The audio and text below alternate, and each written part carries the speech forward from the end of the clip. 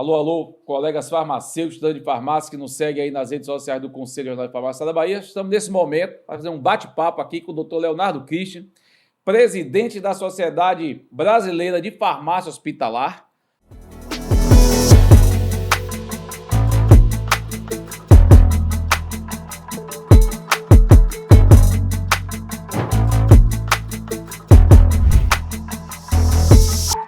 Muito obrigado, em nome do Conselho Regional de Farmácia da Bahia, ter aceito esse convite para estar falando conosco agora sobre a importância, da farmácia hospitalar para os pacientes e como o farmacêutico também ele pode se inserir nesse mercado de trabalho. Bem, Martinelli, primeiro agradeço aí o convite, em nome da Sociedade Brasileira de Farmácia Hospitalar e Serviços de Saúde, dizer que é uma grande honra, ser talvez o primeiro baiano a ocupar esse cargo diante da Sociedade Brasileira de Farmácia Hospitalar, então muito me honra estar aqui. Agradeço esse convite. Sei que a gente teve uns entreveres aí para poder estar aqui, mas estamos aqui hoje, A área de farmácia hospitalar avançou muito, Então, é uma paixão para mim. Eu não consigo não me ver trabalhando nessa área, Desde sempre, desde que me formei, desde que ocupei, E hoje trabalho no Hospital Universitário da UFBA, Uma grande honra, é o SUS, Então, é uma coisa muito importante que me chama muita atenção. Me formei em 2005, desde lá atuo nessa área, não atuei em outras áreas, Hoje eu ocupo o cargo de chefia do setor de farmácia desse hospital e assim também como presidente da Sociedade Brasileira de Farmácia Hospitalar. Então, uma grande honra estar aqui com você, Uma grande honra estar aqui com os nossos colegas da Bahia. É um prazer estar aqui com todos vocês. Que bom. Ô, Léo, eu queria até que você falasse um pouco sobre como foi essa evolução da farmácia hospitalar, no Brasil e aqui na Bahia. Eu me lembro, eu me formei em 2000 pela Universidade Federal da Bahia e naquele momento a gente estava iniciando a farmácia hospitalar aqui no estado, A professora Lúcia tinha vindo, se eu não me engano, do Rio Grande do Norte, Não era ofertado para nós, estudantes de farmácia da Universidade Federal da Bahia, a matéria farmácia hospitalar, assim, como obrigatória, era optativa. Eu não sei se ela é obrigatória hoje ou se ela ainda é optativa, queria que você falasse um pouco sobre isso. E eu me lembro que tive um curto tempo ali dentro do hospital universitário, do UPS, e o que a gente fazia naquela época era fazer aquela questão da dose unitária, Colocar o medicamento ali no saquinho, tal, grampear para o paciente, e aí esse medicamento subia lá para o leito hospitalar. Eu acho que não tinha nem farmacêutico para fazer aquela dispensação, era auxiliar de enfermagem, era enfermeiro. E eu vejo aí, de 2000 para cá, a gente tem o quê? 23 anos, um crescimento muito grande, da farmácia hospitalar, inclusive empregando uma parcela significativa da categoria farmacêutica brasileira e baiana. Como é que aconteceu essa evolução dessa área da farmácia hospitalar dentro da nossa profissão, a farmácia, E como é que você enxerga as possibilidades futuras, se essa evolução ela já estabilizou, se ainda há uma possibilidade muito grande dessa área continuar evoluindo? Bem, Mário, é uma resposta um pouco complexa e até histórica. Acredito que, como toda a profissão, todos os ramos da profissão e todas as possibilidades de atividades farmacêuticas evoluíram ao longo desse período de tempo, também a farmácia hospitalar. A gente está diante de um país com dimensões continentais, um estado também que, às vezes, tem o tamanho de um país. Então, a gente tem diversos cenários, tanto no Brasil como no próprio estado da Bahia, onde você tem serviços extremamente elevados em termos de consistência, segurança e processo, outros ainda que têm muitas oportunidades de melhoria para avanço. Mas, de maneira geral, o país avançou muito em todos esses processos e políticas que deram base para todo esse ganho que nós tivemos. Uma coisa que eu chamo muita atenção foram todos os processos de acreditação hospitalar, que vieram de agências internacionais, como a Joint Commission e outras, a canadense, que trouxe para o Brasil uma forma de tratar muito mais voltado para aquilo que, de fato, o farmacêutico precisa atuar, que é com foco no paciente. Então, isso capilarizou muito essa demanda do farmacêutico em diversos processos. E hoje a farmácia hospitalar, eu costumo dizer, e aí, obviamente, que existe uma paixão por detrás de todas essas minhas falas, a farmácia hospitalar ela consegue englobar todo o ciclo logístico da assistência farmacêutica e todo o ciclo de cuidado que se precisa dentro de um único ambiente. Então, eu costumo dizer que é uma forma de aprendizado um pouco diferenciada, onde eu consigo ver desde a seleção de medicamentos, participar disso naquela instituição, até o cuidado beira-leito do paciente. Então, eu consigo ver desde processos gerenciais, administrativos, econômicos, né, contábeis, inclusive, que o farmacêutico hoje está também com essa responsabilidade, principalmente quando eu falo, por exemplo, em serviços públicos, né? Até o atendimento beira-leito com diversas outras interfaces de processos de trabalho que vão nesse meio tempo aí, né? Esse processo especificamente que você trouxe, que é do fracionamento de medicamentos, é um processo crucial, né? Por mais que às vezes a gente entenda que seja automático, né? E hoje a gente tem automação na farmácia hospitalar, que é uma evolução enorme além da informatização que veio, né, acontecendo em todo esse processo. Hoje a gente já tem maquinário, né, que facilita todo esse processo de fracionamento, onde eu não mais preciso fazer essas demandas totalmente de forma manual, né? A gente tem máquinas que hoje fazem 1.000, 2.000 comprimidos por hora, né, dentro de uma embalagem específica, com código de barras, com toda uma identificação específica que esse medicamento precisa ter para garantir segurança do paciente. Esse é o foco principal, né, que o farmacêutico hospitalar precisa ter em mente. Por mais que ele faça atividades administrativas de compra, gestão de estoques, fracionamento e outras atividades diversas que a farmácia hospitalar pode ter, o foco sempre tem que ser o paciente. Então a pergunta não é por que eu faço, mas para quem eu faço. Porque isso lhe gera um propósito, né? Isso lhe gera o para quem eu estou dedicando aquelas horas de trabalho, né? Por que eu tenho que controlar a validade dos medicamentos? Óbvio que tem uma questão econômica por trás disso, mas também eu tenho que entregar um produto que tenha condição de tratar aquele paciente. Quando eu falo no ambiente hospitalar, Mário, o medicamento ele exerce um papel fundamental nesse processo. Fundamental em que aspecto? Eu, na minha experiência ao longo desses aproximadamente 20 anos de hospital, não consigo vislumbrar um paciente ser admitido numa instituição hospitalar ou numa instituição de cuidado e não ter o medicamento ali próximo dele, quer seja para tratamento, para profilaxia ou para diagnóstico. Então, o produto medicamento é uma coisa que permeia toda essa atividade do farmacêutico. Óbvio que não é meu foco aqui dizer que a atividade farmacêutica se limita a ter ou não medicamento no processo, né? A gente tem diversas outras atividades, como por exemplo, aí eu posso trazer aqui um exemplo claro que nós temos lá no Hospital das Clínicas, que é o atendimento aos pacientes em uso de anticoagulantes. Não há dispensação de medicamentos, é o atendimento farmacêutico clínico focado no monitoramento do RNI desses pacientes. Então, não há que se pensar apenas em produto para ter a atuação farmacêutica. A gente vai muito além disso, né? Temos todas as ações de farmacovigilância, que às vezes são prévias ou são pós a determinados eventos e que pode ou não ter relação direcionada com o medicamento, né? Então, assim, é uma amplitude de atividades. Eu entendo que a farmácia hospitalar evoluiu muito.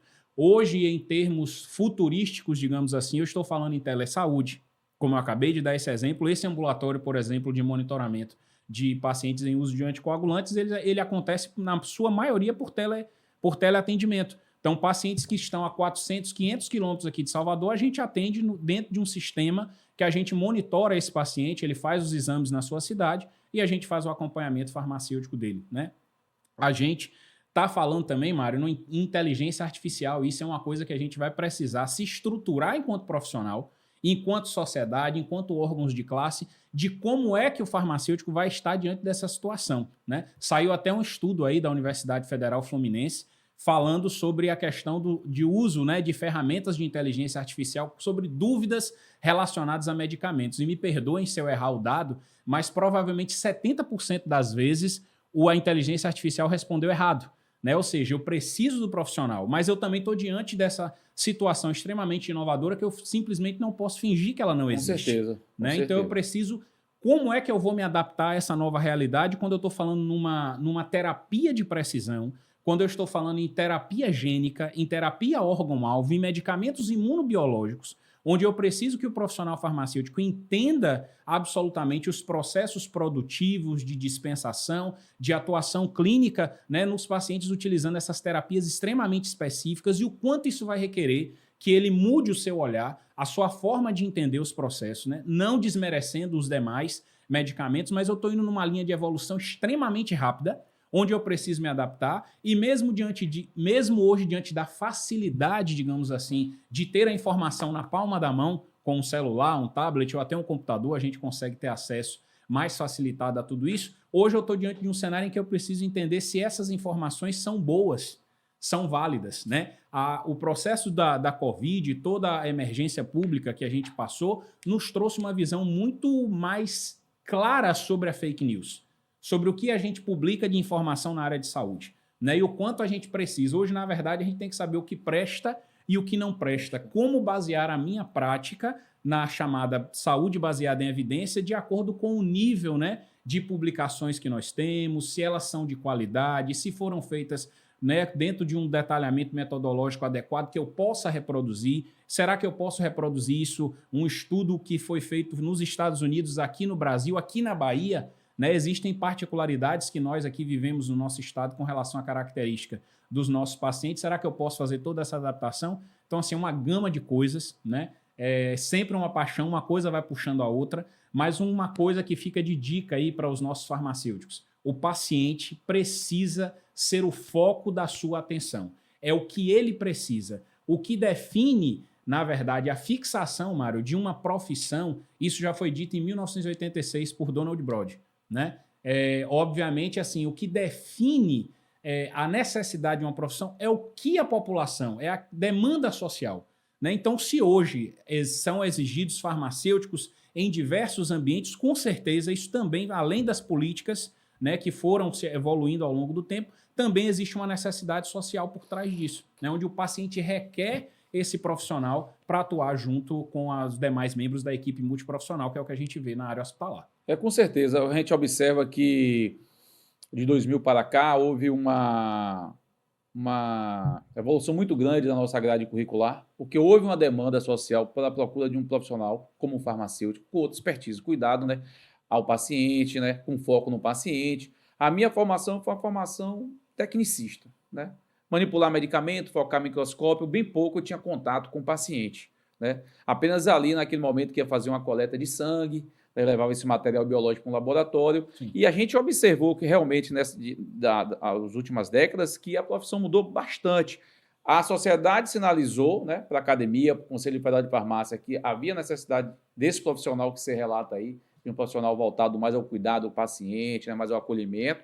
E houve as resoluções do Conselho Federal de Farmácia, as RDCs da Anvisa. A academia, ela requer um tempo, você sabe que é muito... essa movimentação não é uma movimentação rápida, mas eu espero que a gente esteja formando realmente mais colegas farmacêuticos voltados à clínica, voltados ao cuidado com o paciente. Olha só, nas análises clínicas a gente tinha e tem a hematologia clínica, a parasitologia clínica, a bioquímica clínica, a microbiologia clínica. Na farmácia hospitalar eu observo também que houve aí várias áreas de atuação assim dentro da farmácia hospitalar. Aí eu queria que você falasse um pouco, hoje a gente fala em farmacovigilância, em farmacoeconomia, em farmácia clínica, né? Como é que existe esse profissional dentro da farmácia hospitalar com essa expertise para cada área dessa, ou um profissional que tem um traquejo, ou que tem uma experiência na farmácia hospitalar, ele tem condição de trabalhar em todos esses eixos? Bem, Mário, aí toda pergunta que vai para a farmácia hospitalar, ela tem um grau de complexidade, que é como eu disse a você, eu tenho um nicho ali de mercado onde tudo acontece em um único local, né? Ou seja, o paciente entra e sai de uma instituição hospitalar e diversos processos dentro da farmácia hospitalar vão dar subsídio a isso, desde a seleção até o cuidado beira-leito. Quando eu falo, por exemplo, especificamente sobre a atuação clínica do farmacêutico, o cuidado direto ao paciente, hoje a gente já está falando em especialidades farmacêuticas. Eu tenho um farmacêutico que é especialista em cardiologia, o farmacêutico que é especialista na área de terapia intensiva, o farmacêutico que é especialista em clínica médica, né, e pediatria, assim sucessivamente. Regulamentado até hoje, nós só temos pelo Conselho a questão da terapia intensiva, né, que regulamenta essa atuação. Eu acho que a gente precisa avançar nesse outro cenário, né? E óbvio que a gente entende que isso também não pode ser do dia para a noite, porque para cuidar diretamente das pessoas eu preciso ter uma boa formação para isso, porque significa em muitos momentos,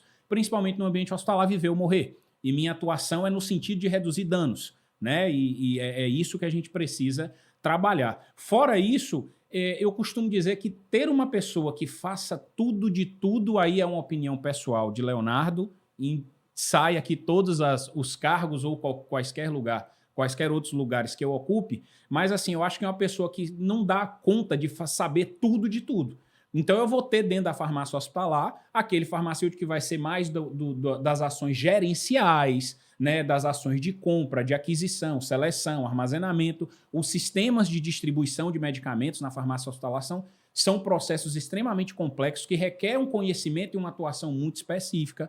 Eu vou ter aquela pessoa com atuação em farmacovigilância, apesar de farmacovigilância ter esse nome e às vezes a gente entender que é uma atividade à parte, ela precisa acontecer também em todas essas etapas do processo. Desde a seleção de medicamentos até a utilização desse produto pelo paciente, eu faço farmacovigilância. Isso precisa ser um conhecimento inerente e transversal das pessoas. Mas se eu tiver uma pessoa também específica e especialista nessa área, é muito importante, porque existem ações para além da atuação clínica, né? Então, existem atuações que são administrativas, como emissão de boletins de alerta, comunicações diretas com a Anvisa, com a Divisa, aqui no caso do estado da Bahia, né, suspensão de produtos, preenchimento de banco de dados. Então, existe todo um trabalho administrativo também, farmacovigilância, centro de informação de medicamentos é uma outra demanda extremamente importante, né? A gente tem, né, um centro de informação de medicamentos lá no hospital, que é um projeto de extensão da Faculdade de Farmácia da UFBA, que hoje está alocado diretamente lá no hospital e onde a gente conseguiu uma melhor perspectiva de atuação para esse centro de informação. Mas, assim, de maneira resumida, aí uma opinião minha pessoal, de novo reitero, eu não acho que uma pessoa que saiba fazer tudo vai fazer tudo bem feito. Se eu consigo ter dentro do meu serviço pessoas que se especializem em determinadas áreas, eu vou especificar o serviço e vou oferecer algo com melhor qualidade para aquele público que eu estou atendendo, para o paciente que eu estou atendendo. Né? Eu sei que isso não é um cenário fácil de se conduzir, porque isso significa ter número de pessoas e investir na formação dessas pessoas, que é uma coisa que a farmácia hospitalar precisa também se preocupar. Que nível de profissional eu tenho? Às vezes você não vai ter essa pessoa 100% preparada, mas eu preciso fazer também a preparação dessa pessoa. Quando eu falo em atividade clínica, então, é uma coisa extremamente particular, né? Porque, obviamente, o dia a dia, o ver mais pacientes, estudar constantemente, não dá para se falar nessa área sem estar estudando, né? Verdade. Porque a informação muda todos os dias, a informação é nova o tempo inteiro, as evidências acontecem aí pipocando todos os dias aqui na tela do celular. Então, a gente precisa ter essa pessoa com esse engajamento, com esse propósito e com esse feeling. Não há dizer, hoje Léo vai fazer atividade clínica na UTI. Não sei. Né? Então eu preciso estudar. Então não dá para ser assim, amanhã eu quero ser farmacêutico clínico. Isso às vezes também me preocupa, porque as pessoas têm se colocado nessa posição e às vezes também há um equívoco com relação a esse tipo de entendimento do que é de fato ali aquela atividade, por exemplo, do que se diz hoje dentro do Consenso Brasileiro de Atenção Farmacêutica, o que é atenção farmacêutica. Toda atividade farmacêutica ela é eminentemente clínica, porque ela é voltada para alguém, né? Mas não necessariamente eu posso me intitular em qualquer uma das minhas atuações que eu sou farmacêutico clínico. Então é preciso também tomar um pouco de cuidado com relação a essa intitulação, porque isso... E aí a gente vai retomar aquele artigo de Lindström. Toda oportunidade gera uma grande responsabilidade. Então a gente precisa tomar cuidado com o que a gente fala em relação a esse tipo de atuação. Porque você será cobrado sobre isso, né? Então, assim, as experiências que a gente tem com relação a essa parte da atividade clínica, inclusive em vários momentos elas foram requeridas por outros profissionais. Por mais que a gente não tivesse condições, ou seja, a equipe médica, a equipe de enfermagem, a equipe multiprofissional, nutricionista, cadê o farmacêutico? Eu quero um farmacêutico para chamar de meu, né? Então, assim, a gente precisa dessa atuação, mas de todo modo a pessoa também, além de ter a identificação para essa área, atuar nisso especificamente, ela precisa cuidar disso, e cuidar significa estudar, entender os processos, ver se é isso mesmo que ela quer, estar próximo ao paciente, porque não dá, Mário, para eu dizer que eu estou fazendo atividade clínica sem ver o doente, né? Pode ser uma parte, avaliar uma prescrição médica é uma parte de uma atividade clínica, mas não nessa. Em algum momento eu vou precisar conversar com a equipe médica, em algum momento eu vou precisar ir lá entrevistar o paciente, seus familiares, para entender o processo como um todo, senão eu acabo fazendo algo pela metade, o que incorre em grandes chances de risco e de dano àquele paciente. É verdade. E a SBRAF, ela tem jogado um papel nessa discussão a nível de Brasil, dessas especializações, porque eu já fui, inclusive, conversando com colegas farmacêuticos, eles me relataram realmente que você sinalizou aqui da importância desse conhecimento, desse arcabouço técnico-científico para determinadas áreas da farmácia hospitalar. Por exemplo, farmacêutico que tem uma expertise na área de cardiologia, na área de pediatria, né, na parte de renal crônico, por exemplo. Existe já um trabalho, uma discussão dentro da sociedade científica, no caso, a SBRAF, de a gente fomentar essas especializações, essa pós-graduação. Como é que você analisa esse cenário aí a nível de Brasil? Bem, o papel fundamental da SBRAF é estimular e fomentar esse tipo de atividade de formação, né, e de educação científica para os nossos associados e para todos os farmacêuticos hospitalares. Como linha de atuação, a SBRAF tem, né, o concurso a cada congresso, nós emitimos o título de especialista para quem fizer aquela prova, né, que é validado pelo Conselho Federal de Farmácia, né, o farmacêutico especialista em farmácia clínica, né? E, obviamente, como a gente não tem como legislar sobre isso, porque não é função da sociedade, sim o conselho que poderia fazer a emissão disso, entendendo que, obviamente, existe toda uma necessidade de se fazer isso com cuidado e zelo para não ser uma coisa que possa ser atropelada por aí. Mas, fora isso, a gente tenta sempre fazer publicações e informações na área. Por exemplo, a gente publicou agora, recentemente, no final do ano passado, um e-book, né, sobre a atuação do farmacêutico na área de nefrologia. Inclusive está lá de livre acesso no nosso site sbraf.org.br. Acessem, por favor. A gente tem essa questão, inclusive social, Mário, de muitas das nossas publicações da sociedade, elas não se tornarem restritas, a gente deixa aberto para facilitar e fomentar. Isso veio muito, né, quando a gente estava trabalhando dentro do processo da pandemia, onde a gente começou a soltar vários informes técnicos, inclusive num movimento, né, que a gente chamou, né, nacionalmente. A participação inicial foi de doutora Valéria Bezerra, enquanto presidente à época, mas que a gente chamou um grupo onde diversas sociedades se reuniram, chamado Medicovid, onde a gente publicou diversos documentos, estão lá até hoje, né? O desabastecimento foi um problema enorme, por sinal, esse é um cenário, Mário, que o farmacêutico hospitalar precisa estar atento. Situações de crise sanitária, desabastecimento, guerra, a gente entende que, infelizmente, pode ser um cenário que a gente tem que viver agora com certa regularidade, né? E o desabastecimento, né, e óbvio, o quanto isso tem relação direta com o adequado tratamento dos pacientes, alternativas terapêuticas que eu preciso desenvolver, protocolos clínicos que eu preciso desenvolver, eu preciso estar atento a esse cenário que pode ser uma constante, né? A gente saiu de uma pandemia, entrou numa guerra que houve bloqueios aí, né, das questões de importação. A gente sabe que, infelizmente, o Brasil ainda ele é muito órfão nesse sentido de ter autoprodução de medicamentos. Esse é um avanço que a gente também precisa, né, estimular o mercado interno, né, as parcerias público-privadas no formato de que a gente tenha uma autonomia nacional para essa produção e que a gente não fique tão refém do mercado externo e o quanto isso influencia, né, na questão da terapia adequada dos pacientes. Então, eu acho que eu não sei se eu fui muito longe aí Não, você tocou no vários pontos chaves aí. A questão da indústria farmacêutica, a gente precisa fomentar, né, no Brasil e na Bahia, principalmente. Infelizmente, a gente não avança nesse sentido, né? Eu tenho falado muito isso aqui, vários podcasts que a gente tem feito com vários professores aqui, com várias referências da área da farmácia, sempre tocado esse assunto, né, de fomentar, de trazer para o nosso estado a questão da indústria farmacêutica. E você falou também, Léo, da questão da robotização ou do avanço tecnológico dentro da farmácia hospitalar. Recentemente eu estava acompanhando Marcelo Polacco num congresso que ele foi internacional da farmácia hospitalar lá na Suíça, e eu vi que de farmácia hospitalar eu não conheço quase nada, entendeu? Eu não vi farmácia hospitalar, minha área é as análises clínicas, eu sou apaixonado pelas análises clínicas, né? Mas eu vi aquela robotização dentro da farmácia hospitalar e eu fiquei assim, assustado. Eu falei, os caras estão investindo pesado, né? E não sei se isso vai chegar aqui tão rápido ao Brasil, né? E como é que a gente vai você acha que vai fechar oportunidade de campo de trabalho ou vai necessitar de um farmacêutico mais preparado, mais capacitado? Como é que você enxerga esse avanço tecnológico dentro da farmácia hospitalar? Porque dentro das análises clínicas, antigamente a gente tinha que fazer tudo manual, né? Sim. Tinha que fazer um hemograma, então você confeccionava uma lâmina, fazia um esfregaço, corava, ia no microscópio. Hoje você tem um aparelho que lê tudo, dá os flex, se houver necessidade, você vai fazer a leitura de lâmina. Senão, você libera o resultado com o equipamento. Claro, depois de fazer toda a avaliação de parâmetros, controle de qualidade, enfim.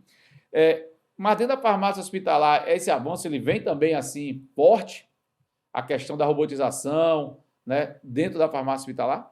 Vem forte, mas assim, aí eu vou lhe dar uma visão, e ela não é uma visão, obviamente, do tipo a mais esperançosa possível, né? Em que aspecto, na verdade? A minha opinião é que se o farmacêutico não focar naquilo que de fato é importante para tudo isso, que é o paciente, pode-se correr risco de que todo esse processo acabe por diminuir a oportunidade. Se eu tenho uma visão a longo prazo de que o foco da minha atuação é o paciente e suas necessidades clínicas e como eu devo atendê-las, eu não vejo como a gente perder para esse tipo de processo mais informatizado e robotizado.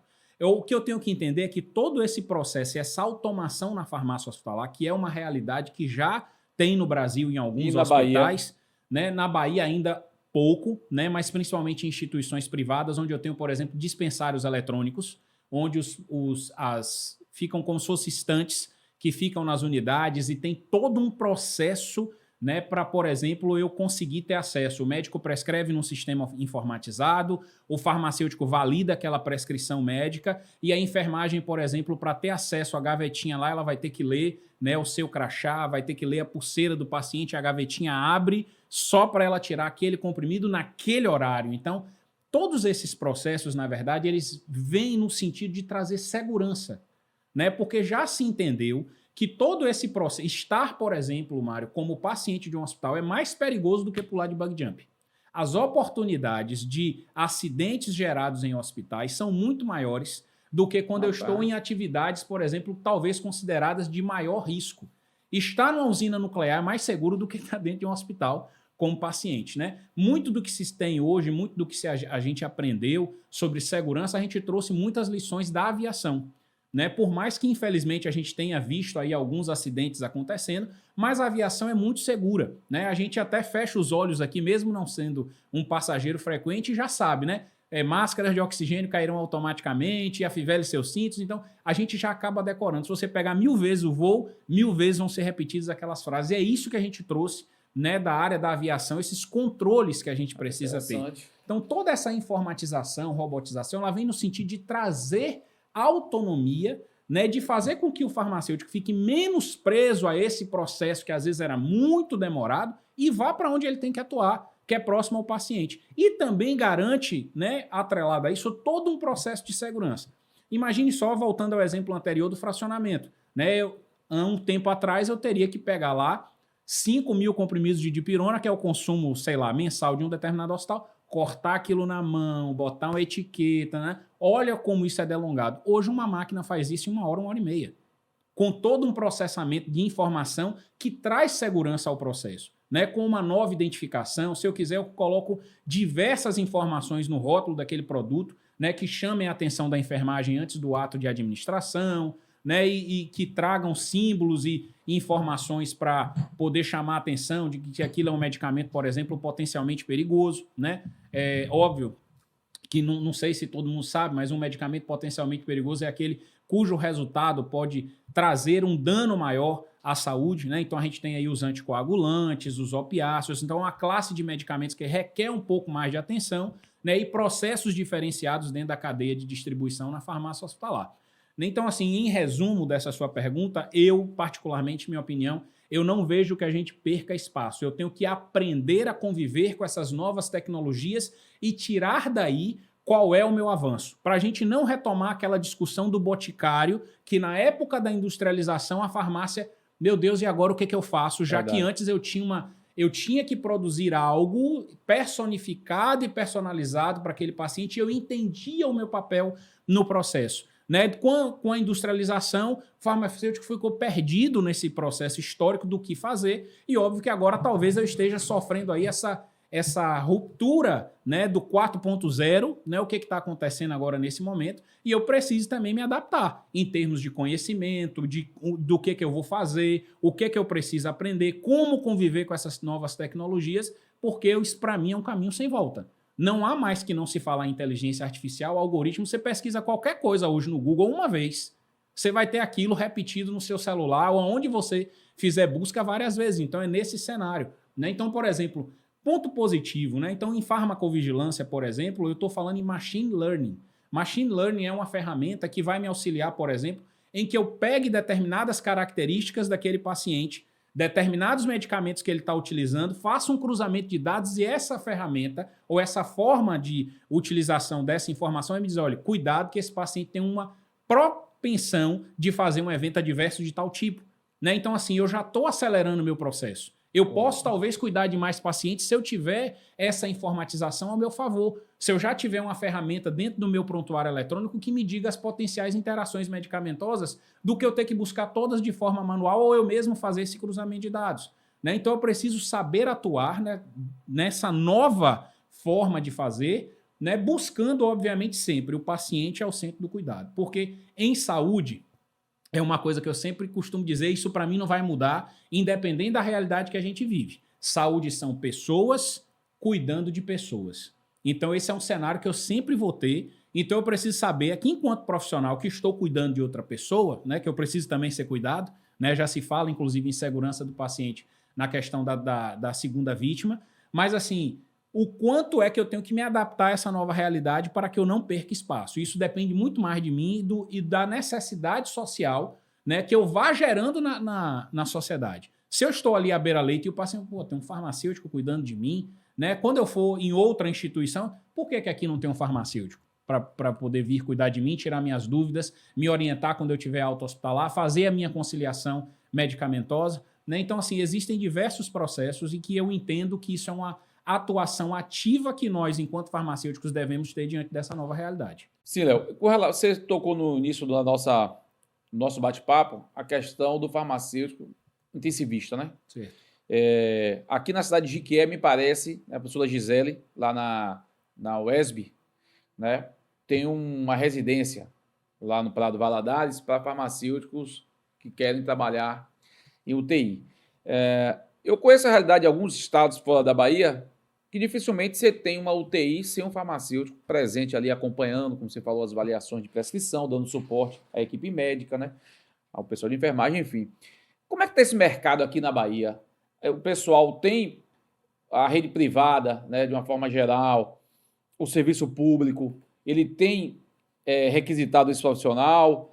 Você acha que eles já estão avançando? Existem caminhos e propostas de inserção desse profissional farmacêutico nas UTIs? Como é que você analisa aí com a visão da SBRAF, né, a perspectiva de trabalho nas UTIs aqui no estado da Bahia? Aqui no estado, né? Bem assim, Mário, eu acho que a gente ainda tem muito a avançar aqui na Bahia nesse aspecto. Talvez o cenário privado ele esteja passos à frente do cenário público, né, em relação a esse tipo de atuação, que, como eu falei anteriormente, é a única ainda regulamentada pelo Conselho Federal de Farmácia. Os privados têm um avanço porque, como eu falei também anteriormente, sobre essas demandas de processo de acreditação hospitalar, essas agências acreditadoras colocam isso como pré-requisito.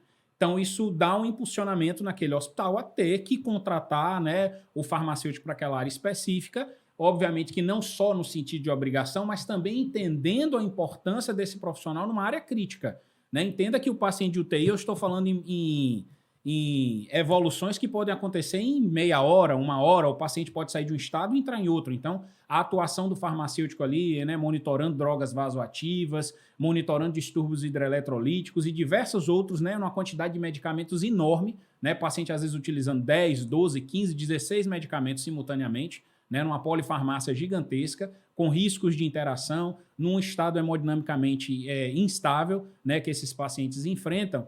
Então, assim, dentro do cenário privado, eu enxergo que é um avanço um pouco mais adiantado aqui no estado da Bahia frente ao cenário público, né? Infelizmente, ainda no cenário público, talvez a gente esteja diante daquela situação ainda em processo de adaptação, né?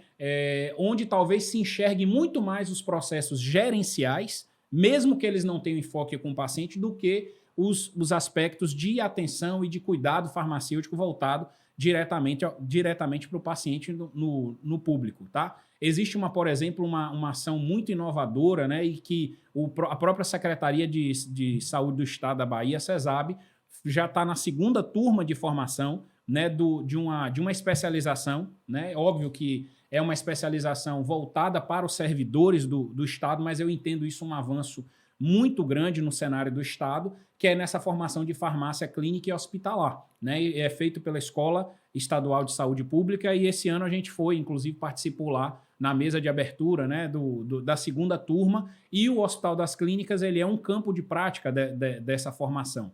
Então eu acho que isso é um avanço, a outra turma formou, se eu não me engano, 30 farmacêuticos, essa agora tem mais 30, então eu acho que esse passo é entender da necessidade desse processo, né? Trazer para os gestores desses hospitais a importância de se ter, porque a literatura já é extremamente clara em relação a isso, quando eu não tenho farmacêutico atuando ali junto ao paciente, né? Tanto do ponto de vista de ganhos, né? Que sejam eles para o próprio paciente, como para a instituição. E quando eu falo isso é em termos de redução de custo, a literatura é muito clara. Né, eu estou otimizando terapia antimicrobiana, eu estou fazendo stewardship, né, eu estou reduzindo os custos do meu hospital, eu estou fazendo com que o paciente fique menos tempo internado, então eu tenho uma redução de custo para o próprio sistema, né, uma redução de danos para o próprio paciente, eu faço um switch, né, de terapia venosa para terapia oral, quando é possível nesses pacientes, e eu estou ali atento e chamando a atenção para esse tipo de ação. Mas, enfim, eu acho que a Bahia, nesse cenário, ainda precisa avançar, apesar de terem algumas ações pontuais em determinadas instituições, como essa que eu citei da CESAB, como alguns hospitais privados, mas a gente ainda precisa avançar nessa parte da atuação do farmacêutico na terapia intensiva. Eu vejo muito com o relatório de fiscalização, que a gente sempre faz uma análise lá do Conselho, sobretudo nesses pequenos municípios, né? Desses pequenos municípios, tem pequenos hospitais ou estruturas de saúde similar a um hospital, da dificuldade da gestão municipal entender a importância do profissional farmacêutico ali, né? E muitos deles funcionam sem um farmacêutico, né? E aí entra naquela questão dos 50 leitos, que é esbravo, né? Eu não vejo a diferença de 51 leitos para 50, não tem diferença nenhuma, é um entendimento totalmente descabido lá do STF, enfim, mas eu espero que o Conselho Federal de Farmácia joga um papel importante junto com a SBRAF Nacional para a gente tentar reverter a situação. Mas a gente tem essa dificuldade, sim, aqui no estado da Bahia, desse entendimento, né, da colocação de profissionais farmacêuticos nos hospitais, o que geraria realmente um campo de emprego maior para a categoria farmacêutica. Entendo também, como você colocou, que é importante o conhecimento técnico-científico, né? Porque sem esse conhecimento, infelizmente, área nenhuma a gente vai sobreviver. Ou você tem conhecimento científico ou você não vai avançar. Isso está claro para a gente. Ô, Léo, e essa questão da residência, no UPS, por exemplo, você tem ali alguma instituição que faz essa pós-graduação em farmácia hospitalar aqui no estado da Bahia, ou o pessoal tem buscado isso muito fora? A gente já tem condições de ofertar, através de qualquer instituição que seja, aqui para o nosso estado, essa formação, esse aprimoramento técnico-científico aqui no estado da Bahia, porque particularmente, eu não vejo muito essa movimentação. Né? Eu vejo muito aí o pessoal fazendo pós em farmácia clínica, com ênfase em farmácia clínica, mas eu não vejo essa movimentação aí dentro da farmácia hospitalar. Até as análises clínicas também, eu vi que o pessoal não tem mais buscado, né, esses conhecimentos, não vejo aqui no estado muito desses cursos sendo ofertados. Né? Mas se a gente, como você deixou bem claro aqui, né, que se a gente quiser crescer dentro da farmácia hospitalar, a gente vai ter que estudar. Muito. E você tem alguma coisa nesse sentido? Existe algum projeto, né, de trazer essas especializações, essas pós-graduações, enfim, aqui para o estado da Bahia? Vamos lá, você tocou em alguns assuntos que são importantes. Primeiro, esse dos 50 leitos, que eu sempre gosto de fazer uma ressalva. Não estou fugindo da sua pergunta, mas no sentido de que, só para deixar claro que isso é uma coisa que precisa ser revista com determinada urgência, porque, como você disse, não há diferença entre ter um leito, 50 ou 200. Pode ter em quantidade de atividades. Obviamente que quanto maior o hospital, mais complexos tendem a ser os processos, mas as atividades serão as mesmas. O nível de segurança que eu preciso oferecer é o mesmo. Então, quer dizer que se eu tiver um hospital com 49 pacientes, eles não têm risco nenhum e não precisa de ter farmacêutico vinculado àquela... Isso aí não é descabido. Então, se eu tiver é importante que eu tenha um profissional para fazer a atuação específica que ele precise fazer. Quando você toca no assunto, Mário, das residências, isso foi um diferencial, um divisor de águas no país, quando surgiram as residências multiprofissionais em saúde, onde o farmacêutico foi uma das profissões que foram, né, que ganharam peso com essa formação, 5.760 horas. Eu falo isso porque os residentes lá no hospital frisam essa quantidade de horas o tempo inteiro, né? Óbvio que hoje a gente já tem aqui na UFBA, aqui de Salvador, de Conquista, em outras, inclusive em outras... Salvador, Vitória da Conquista, são demais. Acho que na UESB também nós Jequié, temos, Jequié, né? Eu não me lembro assim de todas, mas nós já temos algumas, né? Inclusive nessa formação clínica, né? Isso é importante que a gente entenda, isso inclusive tem sido um divisor de águas também, quando a gente tem aquela célebre pergunta sobre o mercado farmacêutico na área de farmácia hospitalar é um mercado restrito.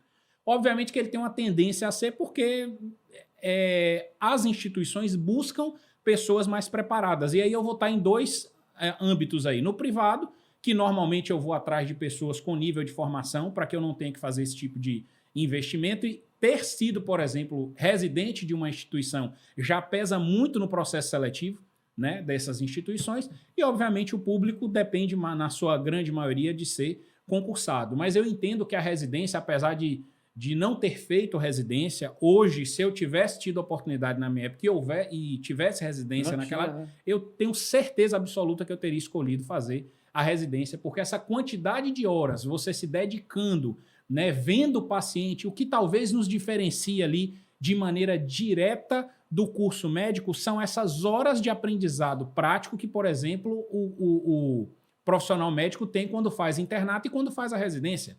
Porque uma coisa sou eu ler no livro, uma coisa sou eu ler os artigos, outra coisa é eu ver isso acontecendo na prática. Quanto mais pacientes eu vejo, mais eu vou experimentando aquele conhecimento e, obviamente, captopril 25mg de 8 em 8 horas não vai ter a mesma coisa em todos os pacientes. Eles podem ser, né? A gente sabe que é um antipertensivo, mas estou falando, inclusive, de uma coisa bem simples, mas no sentido de trazer aqui para você um exemplo de que isso vai ser diferente em cada paciente. E se eu vejo mais pacientes, eu ganho experiência com isso. E aí eu vou interrelacionando o meu conhecimento científico com o meu conhecimento prático. Tanto é que na pirâmide, né, da saúde baseada em evidência, a experiência profissional da pessoa ela não deixa de ser uma evidência, apesar de estar na base, não ser a mais, né, digamos, de maior força, de maior relevância, mas a experiência profissional ela é importante. E quando é que eu ganho lastro, quando é que eu ganho formação? Vendo pacientes. Não adianta eu ficar tendo que ler livro, mecanismo de ação, se eu não ver isso acontecendo no meu paciente, como é que eu posso monitorar? E residência é um grande caminho para isso, e o Brasil expandiu muito isso em diversas, né, instituições de ensino superior com relação a essa coisa da residência, né, apoiada pelo Ministério da Educação, como algo hoje que para mim é um caminho sem volta e que eu acho que é importante, o que talvez a gente precise, por exemplo, melhorar, que já é um projeto, aí eu posso dizer que é de lá do hospital, é expandir o número de vagas, né, que a gente precise ter, na verdade, uma estrutura tanto física como de pessoal, como de preceptoria, para receber mais estudantes. Mas a gente já está. Hoje a gente tem, né, 3 vagas de residência por ano, né, então são 6 residentes simultâneos, o que talvez para abraçar toda a demanda de mercado que a gente tem é muito pouco, né, mas a gente quer avançar, por exemplo, hoje em áreas específicas de pesquisa clínica, de farmacovigilância, de tumor, né, obviamente de oncohematologia, tumores sólidos, que a gente está vendo que é um outro cenário de destaque, e aqui faço referência a nossa sociedade prima e irmã, que é a Sobrafo, né, que cuida especificamente dessa área, mas a gente entende também que nos hospitais públicos, né, o farmacêutico tem uma atuação extremamente transversal em um número gigante de especialidades, porque às vezes a gente arranca a unha, mas também faz transplante de medula óssea, né? Então é mais ou menos uma coisa assim do pequeno ao muito grande. Então a gente também precisa estar inteirado dessa nova atuação também do farmacêutico na área, né, de oncohematologia, de oncologia, que também é extremamente importante. Mas eu acho que a residência, assim, é um diferencial tanto para o processo de empregabilidade desses profissionais, como de inserção no mercado, como de segurança, né? Porque ele está vivenciando aquilo ali de uma forma tutorada. Ele é profissional, ele não deixa de fazer sua atuação enquanto está ali, ele carimba, ele tem um CRF, né? Mas ele está sob tutoria, né? Então ali é uma forma de você aprender vendo e aprender na prática. Então acho que a residência é um divisor de águas nesse caminho aí. O mercado mudou bastante. Deixa claro para o estudante de farmácia, o recém-formado, antigamente, há 2 décadas atrás, você se formava um nível superior, a gente chamava NU. Sim. Você NU. CNU, você já tinha ali um trabalho garantido, porque você tinha uma carência muito grande de profissionais, não somente farmacêuticos, médicos, enfermeiros, nutricionistas, enfim. Hoje, o mercado quer mais, ele não quer só a sua formação acadêmica, né? Como o Léo colocou aqui, ó, você tem que fazer uma residência, muitas vezes você tem que fazer um mestrado, às vezes um doutorado. O mercado vai evoluindo e vai buscando um profissional mais capacitado. Então, dificilmente a gente tem condição de segurar isso, ou seja, dizer que está formado aqui no curso de farmácia e já vai começar a trabalhar. Até a farmácia comunitária, que você tinha um mercado que absorvia muito profissionais farmacêuticos. Hoje eu tenho um relato de colegas recém-formados, para Martinelli, as empresas só querem contratar com experiência.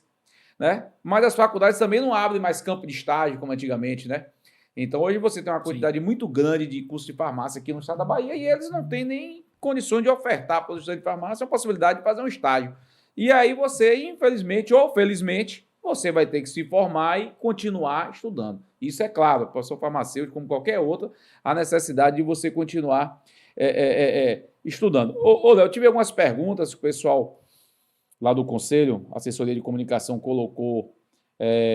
divulgou que nós estaremos gravando esse podcast e chegaram algumas perguntas de alguns estudantes de farmácia. Uma, você já falou, mas abre a possibilidade de reforçar, que é a questão de como entrar nesse mercado de trabalho e muitas vezes eles entendem como um mercado de trabalho fechado, né?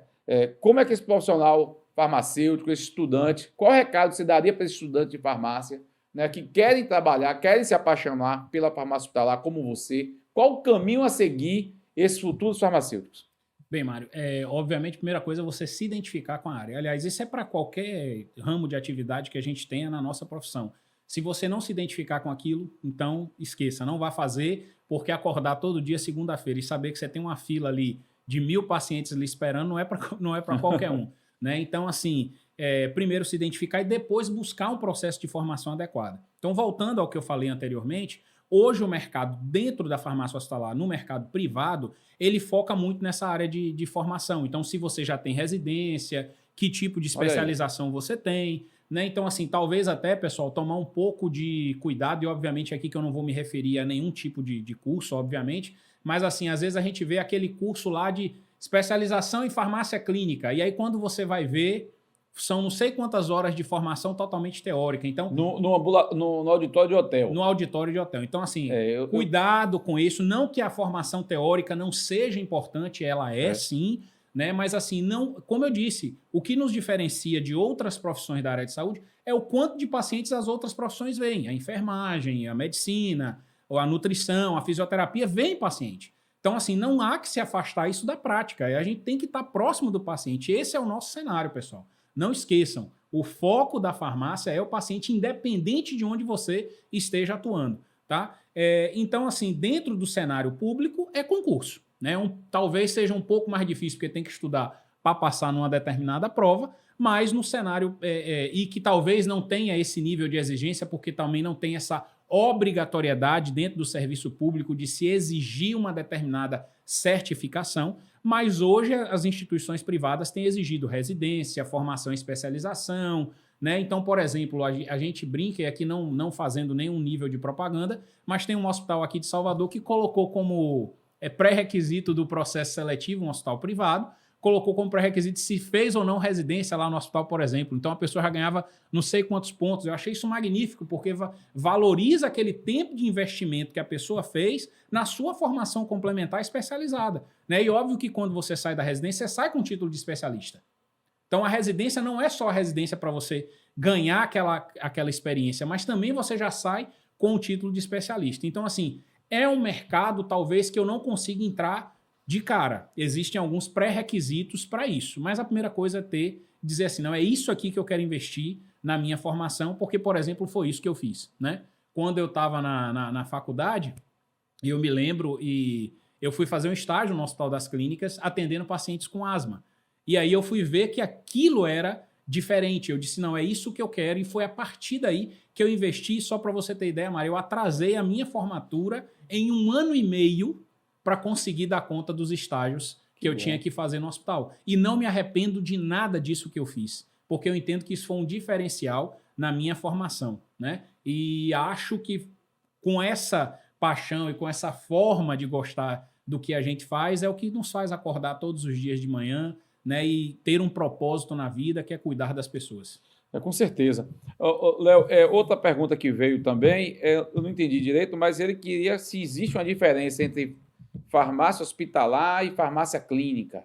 Na verdade, assim, um dos ramos de atividades dentro da farmácia hospitalar é a atuação clínica do farmacêutico, né? Ali na beira-leito. Então, na verdade, a farmácia hospitalar é uma coisa muito maior, né? São atividades que vão desde a seleção, programação, aquisição, armazenamento, distribuição, dispensação, que é todo aquele ciclo logístico da assistência farmacêutica, embrincando aí, né, todo o processo produtivo que nós temos também da farmacotécnica hospitalar, né? Então o farmacêutico consegue personalizar fórmulas ali dentro do hospital para atender as especificidades, manipulando também quimioterapia, manipulando nutrição parenteral, fazendo fracionamento e individualização dos medicamentos, toda a parte do sistema de distribuição de medicamentos, né? Eu costumo dizer que esse é o chão de fábrica da farmácia hospitalar, é a parte básica. Eu vou para atividades avançadas dentro da farmácia hospitalar, que são as atividades clínicas que eu posso fazer tanto nos pacientes internados, como alguns hospitais também que têm atrelado ao internamento os ambulatórios. Posso fazer também essa atuação ali a nível ambulatorial. Ou hoje, como a gente inclusive tem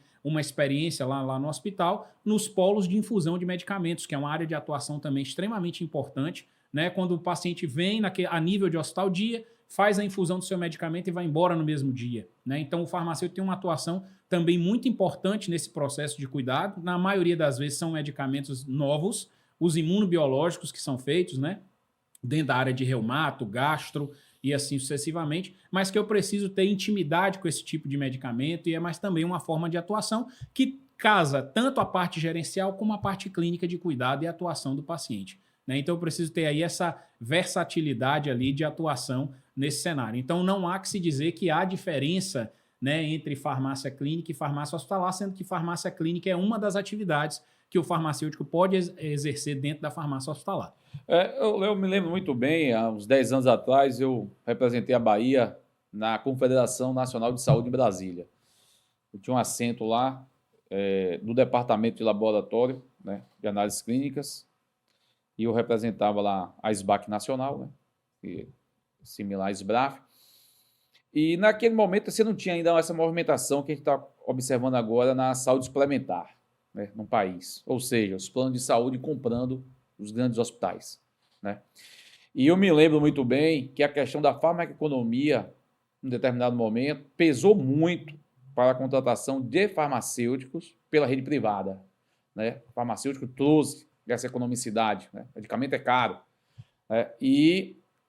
A gente tentou trabalhar naquele momento um valor da consulta farmacêutica, né? No caso da farmácia hospitalar, que os planos de saúde poderiam remunerar por essa consulta, né? Até para poder estimular os hospitais a contratarem farmacêuticos, e esses farmacêuticos com certeza economizaria e gastaria menos, né? Eu não sei como é que anda, não sei se você teve entendimento dessa movimentação e como é que anda isso hoje, né?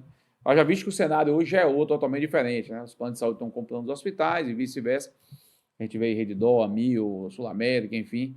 Mas esse serviço, né, do farmacêutico dentro do ambiente da farmácia hospitalar, essa consulta, como você falou, esse bate-papo no leito ali, sim, do paciente, ele tem algum trabalho nesse sentido de você ter um ganho a mais ou estar inserido dentro já da sua atuação dentro da farmácia hospitalar? Bem, Mário, até onde eu tenho informação, a gente não tem um diferencial para esse pagamento de atuação do farmacêutico dentro do ramo privado, né?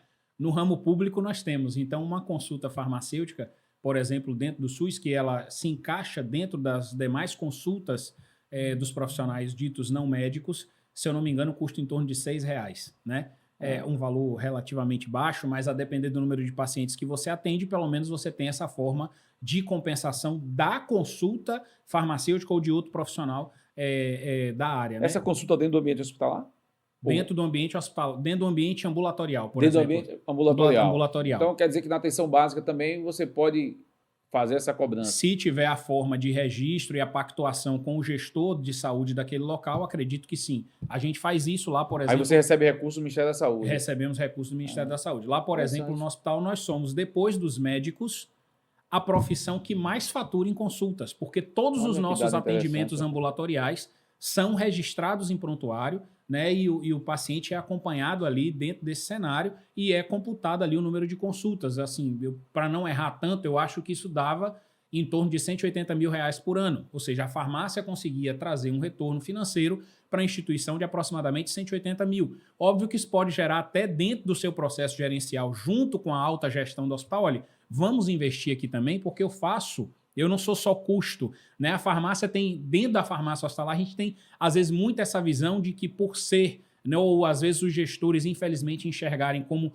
um centro de custo apenas que não há geração de receita. E aí eu faço um gancho, na verdade, para o que você trouxe do processo econômico, né? Então, se eu faço uma otimização de terapia, se eu racionalizo o uso desses medicamentos, com certeza eu trago economia para a instituição, e a literatura é vasta em relação a isso. Se eu tiro um paciente no quarto, quinto dia de parar de fazer um antibiótico venoso para fazer um oral, ciprofloxacino, por exemplo, né, e eu trago ali, eu saio de uma bolsa que pode custar até 12, 14, 16 reais e vou para um comprimido que custa centavos, e eu faço um mínimo cálculo, ou seja, ele ainda vai prolongar essa terapia por 14 dias, olhe o quanto isso multiplicado pelo número de pacientes no ano eu trago de ganho para a instituição. Óbvio que o foco não é esse, é racionalizar a terapia, racionalizar o uso. Quando eu falo nessa terapia de antimicrobianos, nessa atuação do farmacêutico, por exemplo, também nos programas de stewardship no hospital, é uma forma também de você vencer mais essa barreira que a gente tem que vencer, que é da resistência antimicrobiana, que tem sido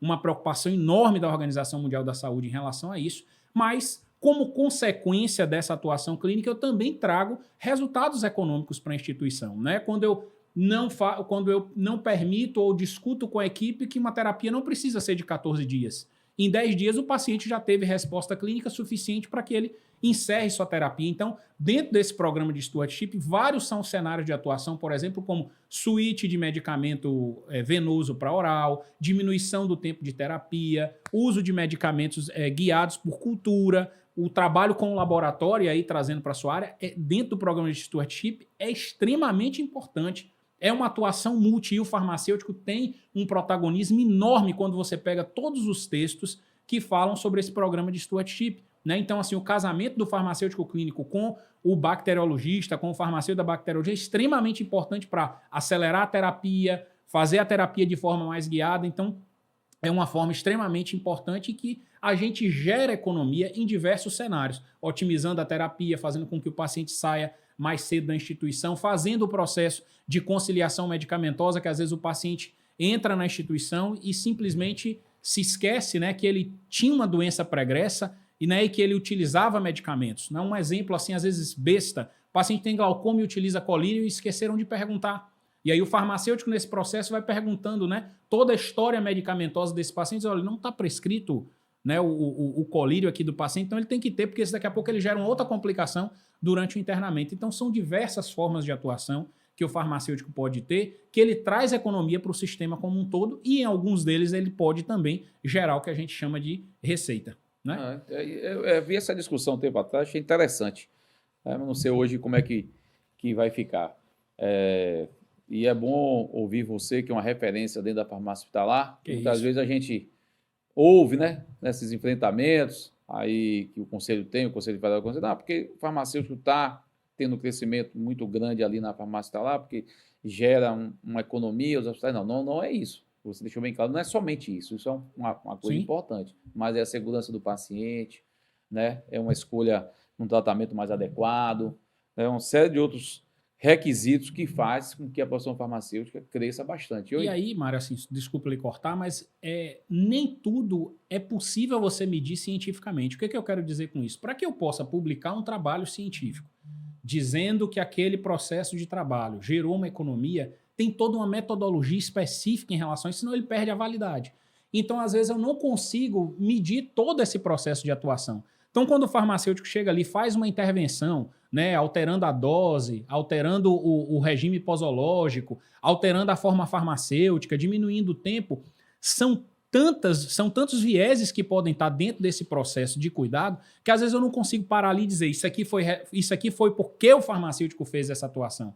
E quando eu trago toda uma segurança para esse processo de trabalho voltado ao paciente, como é que eu meço isso do ponto de vista de ter um dado científico validado? Às vezes não é tão fácil, né? Então é extremamente complexo você às vezes ter um estudo que metodologicamente seja viável para que eu possa medir, mas a literatura é vasta em relação a isso, daquilo que é possível medir. O que eu estou querendo reiterar com essa minha fala é que às vezes eu não consigo mensurar tudo, a gente está vendo o que acontece, a gente entende que eu colaboro com o processo de segurança, eu colaboro inclusive com os outros profissionais de saúde, né? Eu colaboro porque, assim, uma outra coisa que a gente precisa também é ter o autocuidado e cuidar dos profissionais, né? Porque um profissional fatigado, cansado, estressado, não vai cuidar bem dos pacientes. E se eu estou ali apoiando o meu colega enfermeiro, apoiando o meu colega nutricionista, apoiando o meu colega médico, chamando a atenção para o conjunto multiprofissional de atuação, eu também, de certa forma, estou protegendo essa pessoa, estou protegendo a instituição, estou protegendo o paciente acima de tudo, né, com relação a danos desnecessários. Então, assim, o complexo, às vezes, é você ter uma metodologia específica que você consiga mensurar isso facilmente, sabe? E que isso seja validado. Verdade. Léo, queria que você deixasse um recado, né? A gente já está chegando ao fim do nosso bate-papo aqui, um bate-papo muito proveitoso. Queria que você deixasse um recado para a categoria farmacêutica, para os estudantes de farmácia, né? Uma mensagem, né, de como você se dirigir à farmácia hospitalar, como você começar a sonhar em trabalhar nesse ambiente, né, que eu entendo que é um ambiente muito promissor, um ambiente que vem crescendo bastante, como você colocou, mas que requer, mais uma vez, um conhecimento técnico-científico apurado. Bem, Mário, obrigado aí por essa oportunidade, na verdade, de poder me direcionar aí ao pessoal. Assim, primeira coisa se é isso que você quer e é isso que você gosta, se dedique, né? Não há que se pensar nessa área de atuação sem que você faça uma dedicação de formação diferenciada para a atuação nessa área. Como eu disse a vocês, ela pode ser desde a área gerencial até a área clínica, mas todos esses processos, eles carecem de um processo de formação que seja complementar ao que você viu no seu curso, né? Então, tenha o seu propósito, tenha o paciente como foco do seu processo de atuação e isso, com certeza, fará a diferença, né? Então, se apoie também nas instituições como o Conselho, como a Sociedade Brasileira de Farmácia Hospitalar e Serviços de Saúde, a SBRAF, né? Acesse o nosso site, sbraf.org.br, tem uma série de materiais que tem lá e eu gosto sempre de repetir o slogan, Mário, da SBRAF, que é farmacêuticos cuidando da saúde e do bem-estar das pessoas, e é sobre isso que a gente precisa também atuar, né? Não sei se já faço aqui minhas falas de agradecimento, mas assim, agradecer aqui imensamente ao Conselho Regional de Farmácia do Estado da Bahia, desse estado, da minha Bahia, como eu costumo brincar aí nas minhas redes sociais, que é um estado que me orgulha muito, né? Sou baiano de coração e Deus me livre de não ser, né? Como a gente brinca aqui também. Então, gosto muito e agradecer esta oportunidade, dizer que a sociedade está de braços abertos para o Conselho, para que a gente possa, né, obviamente, auxiliar nesse processo de comunicação, de formação científica dos nossos colegas aqui no Estado. A presidente aqui do Estado é a farmacêutica Sayuri Yamashita, né? A partir de 31 de março, eu já saio da diretoria nacional da SBRAF e retorno para a diretoria regional aqui do Estado, então vamos aqui de novo, né, reafirmar as nossas ações e os nossos processos para com os farmacêuticos baianos e dizer que estamos sempre à disposição e agradecer mais uma vez, foi uma grande honra, uma enorme satisfação estar aqui com você. Obrigado. Eu que agradeço mais uma vez, em nome do Conselho Regional de Farmácia da Bahia, em nome dos nossos quase 20 mil farmacêuticos aqui no estado, mais alguns milhares aí de estudantes de farmácia, né? Essa oportunidade desse bate-papo, é importante a gente valorizar os colegas farmacêuticos baianos que ocupam um lugar de destaque dentro da profissão farmacêutica, e você é um jovem desse farmacêutico que está aí, presidente da SBRAF, né, da Sociedade Brasileira de Farmácia Hospitalar, né, que é uma grande entidade científica hoje no Brasil. A gente hoje aprendeu o quanto a farmácia hospitalar evoluiu, o quanto há ainda de evoluir, e isso é uma coisa bacana. A gente não pode ficar de fora, o profissional farmacêutico desse mercado de trabalho. É importante tudo que o Dr. Leonardo Christian colocou aqui, buscar conhecimento, buscar capacitação, buscar residência, para que a gente possa fazer o diferencial, sempre voltado ao cuidado ao paciente, né? Reforçar mais uma vez a fala dele hoje. Muitas vezes ele citou a importância do profissional farmacêutico cuidar de pessoas, no caso, cuidar dos nossos pacientes. Então, Léo, muito obrigado mais uma vez. Satisfação sempre minha. Tamo juntos. Valeu, com certeza.